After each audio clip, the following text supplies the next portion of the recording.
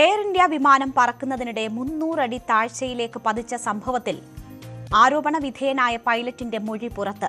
അല്പസമയം ഉറങ്ങിപ്പോയെന്നാണ് പൈലറ്റ് അന്വേഷണ ഉദ്യോഗസ്ഥർക്ക് മൊഴി നൽകിയത്. വിശ്രമസമയത്ത് വ്യക്തിപരമായ കാരണങ്ങളാൽ ഉറങ്ങാൻ സാധിച്ചില്ല എന്നതാണ് പൈലറ്റ് പറയുന്നത്. തുടർന്ന് വിമാനം ടേക്ക് ഓഫ് ചെയ്തതിനു ശേഷം 30 മിനിറ്റ് ഉറങ്ങി. ഈ സമയം ഫസ്റ്റ് ഓഫീസറാണ് വിമാനം നിയന്ത്രിച്ചത്. തുടർന്ന് ശുചിമുറിയിൽ പോയതിനു ശേഷം കോക്പിറ്റിലേക്ക് തിരിച്ചെത്തുകയും ഫസ്റ്റ് ഓഫീസറിന് പിന്നിൽ നിൽക്കുകയും ചെയ്തു. അവിടെ നിന്ന് ഫസ്റ്റ് ഓഫീസറുമായി വിമാനത്തിലെ എയർ കണ്ടീഷൻ സംവിധാനത്തെക്കുറിച്ച് സംസാരിച്ചു നിൽക്കവെയാണ് വിമാനം താഴ്ചയിലേക്ക് പതിക്കുന്ന സംഭവം ഉണ്ടായതെന്ന് പൈലറ്റ് മൊഴി നൽകിയതായി ബന്ധപ്പെട്ട ഉദ്യോഗസ്ഥരെ ഉദ്ധരിച്ചുകൊണ്ട് ദേശീയ മാധ്യമങ്ങൾ റിപ്പോർട്ട് ചെയ്തു. ദിവസങ്ങളായി ഉറക്കക്കുറവ് അനുഭവിക്കുകയും കുടുംബ ഡോക്ടർ കുറിച്ചുതന്ന മരുന്ന് കഴിക്കുകയും ചെയ്തിരുന്നുവെന്നും എയർക്രാഫ്റ്റ് അസിസ്റ്റന്റ് ഇൻവെസ്റ്റിഗേഷൻ ബ്യൂറോയോട് പൈലറ്റ് പറഞ്ഞു. 1 മണിക്കൂറിലേറെയാണ് പൈലറ്റിനെ ചോദ്യം ചെയ്തത്. അതേസമയം കഴിച്ചുകൊണ്ടിരുന്ന മരുന്ന് ഏതാണെന്ന് പൈലറ്റ് വെളിപ്പെടുത്തിയിട്ടില്ല.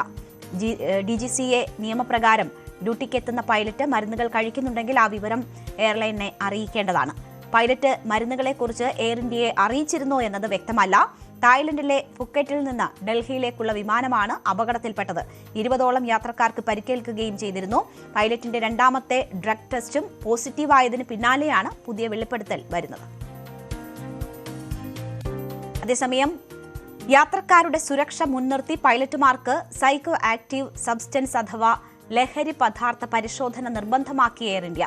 ഓഗസ്റ്റ് 4-ന് ഫുക്കറ്റിൽ നിന്ന് ഡൽഹിയിലേക്ക് പറന്ന വിമാനം 300 അടി താഴ്ചയിലേക്ക് പതിച്ച സംഭവത്തിൽ പൈലറ്റ് ഇൻ കമാൻഡ് കഞ്ചാവ് ഉപയോഗിച്ചിരുന്നതായി സ്ഥിരീകരിച്ചിരുന്നു. 24 പേർക്ക് പരിക്കേറ്റ ഈ ഗുരുതര സംഭവത്തിന് പിന്നാലെയാണ് കമ്പനി സുരക്ഷാ മാനദണ്ഡങ്ങൾ കൂടുതൽ ശക്തമാക്കിയത്. ഇനി മുതൽ എല്ലാ പൈലറ്റുമാർക്കും ടേക്ക് ഓഫിന് മുൻപ് ലഹരി പദാർത്ഥ പരിശോധന നിർബന്ധമായിരിക്കും.